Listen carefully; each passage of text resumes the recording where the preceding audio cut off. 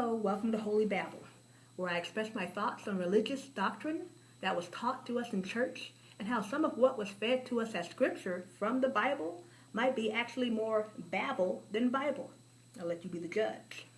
Today, this segment is called Love versus Fear. So, is it better to be loved or feared?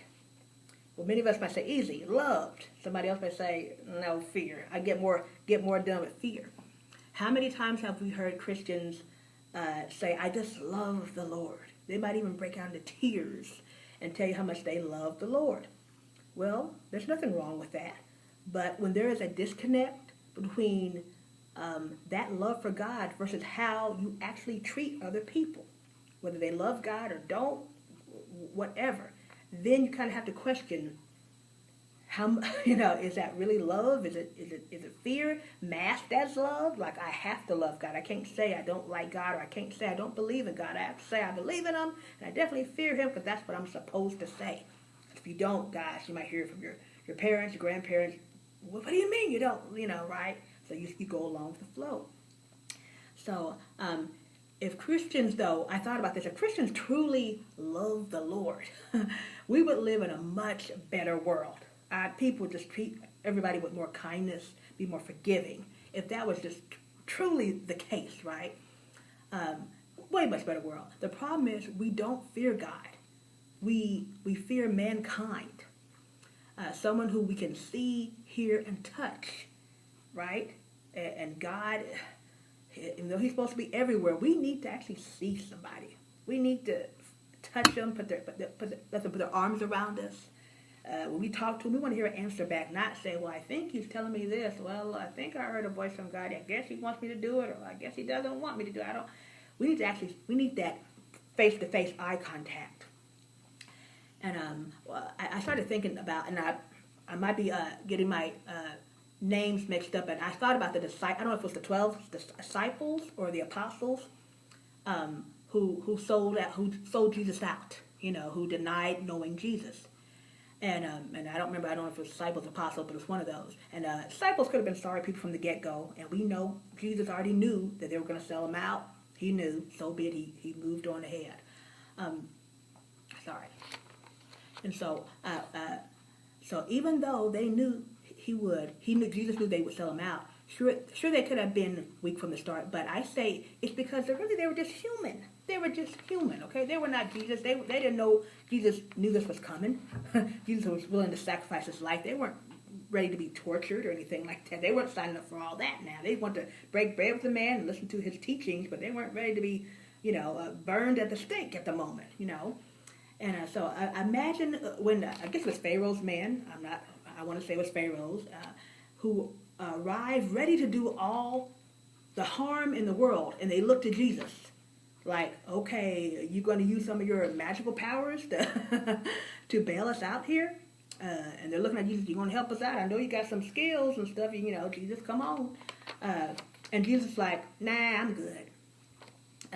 And you're in for a serious butt whooping, if you side with Jesus. These guys are not just going to be like, okay, you're not cool anymore, you can't hang out at the club with us. No, they're going to maybe burn you at the stake, hang you up at the cross, right?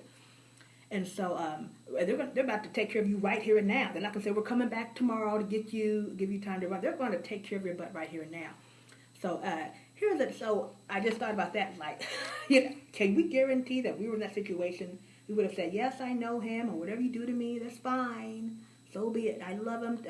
I don't know. It would have to be your kid for you to, volunteer to sacrifice your life or exchange your life for somebody else. Your kid would have to be in some serious stuff for you to say, no, take me and not him, or I'll go along with my kid so he's not alone. But I think they were just human beings. They weren't Jesus, okay? I don't know if Jesus probably didn't tell them, hey, they're going to kill me and murder me, so be it. I don't know what's going to happen, or I don't think they weren't ready for that. Here's another point. Imagine parents telling their children in their teenage years, I'm going to be gone for a while, but you stay on your best behavior. I can't tell you how long I'm going to be gone, but if you disobey my rules, you will be grounded for life, okay? So the parents leave, and the kids are on their best behavior for a couple of weeks, Third week, they start staying up late or watching HBO. Maybe they're having friends over that they normally wouldn't have over if their parents were home. Yes, no parents. MIA, no parents. I'm like, well, okay, Another month or two passes, and then years pass, right? And still nothing. And they start to fear the worst, and they think they're orphans now. Their parents have maybe passed away. They're on their own, and they do whatever they want to do now. They're in control now. And so I think that's almost how Jesus is. He's MIA. You say, oh, he's coming back. He's any day now. Be ready. Be on your guard. He's coming back. And we are not. We are not. Stay prayed up, y'all. Stay prayed up. And we're not. We're not. When you haven't showed up in how long? We're looking at a watch. Nope. 2000. Nope. 2001. Nope. 2002. Nope. 2003. Nope. Nope. What? Wars, people killing, murder, genocide. Nope. Nope. Nope. People cannot go unattended for hundreds of years with no punishment or no admonition when they do wrong. Okay? If that punishment is not swift, they're going to carry on because the fear has disappeared. Okay? It's dissipated. Except when you think you are about to die. And you know what everybody does then, right?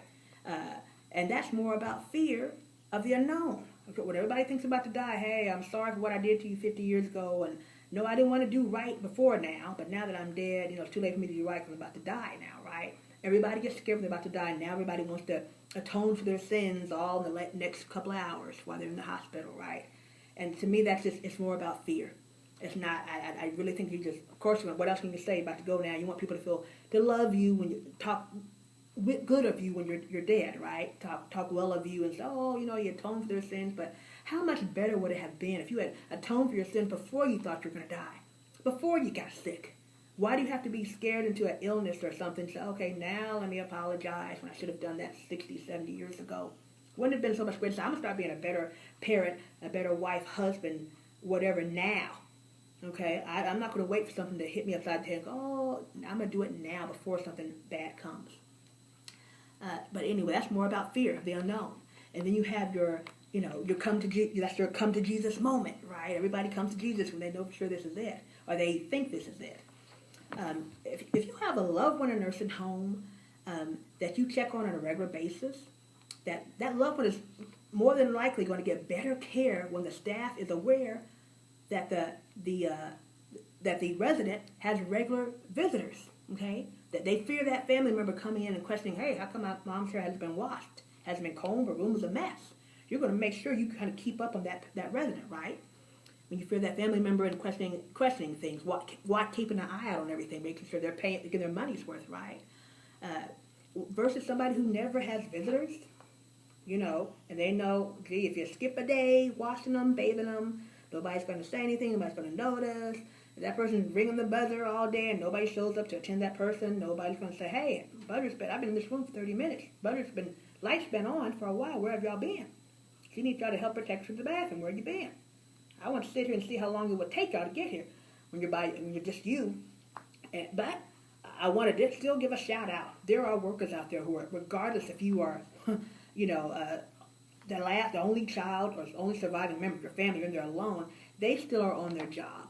Thank God you still have workers who they care about their residents, they care about their job, they like their job, and whether that person has family who checks up on them all the time or not, they want to make sure that person gets their bath, whatever. You like to say, in any job you have sorry people and you have decent people who do their job and other folks who slack a little bit. So everybody's not going to just throw everything to the side because somebody's in there alone. But that's just something to think about. But the final point, we know the phrase, I love you, but you got to go. Okay? Everybody doesn't know that phrase, but plenty of us have heard, I love you, but you got to go. I can't do this anymore. I'm at my wit's end. I don't even know what to do. I don't know how to handle this. So imagine Darth Vader. A little Star Wars shout out.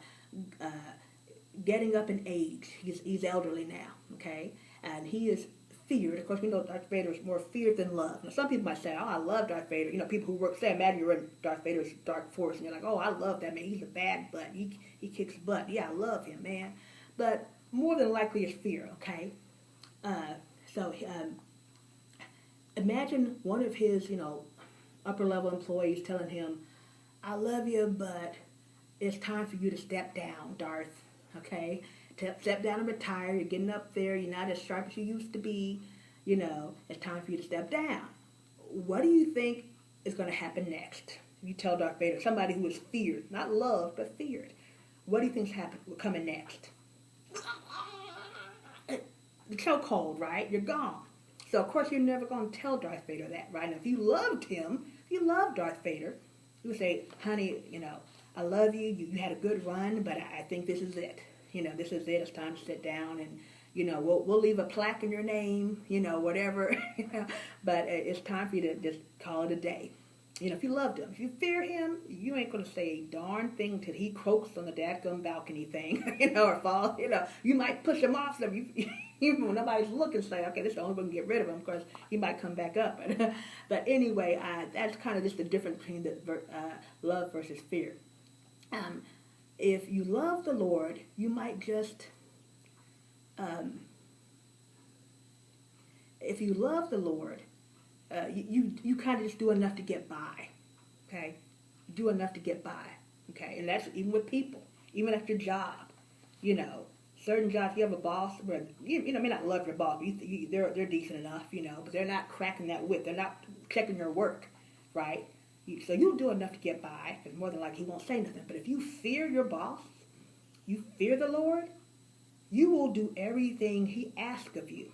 You're not going to do enough to get by. You're going to check off just 1 or 2, 3 things on the list.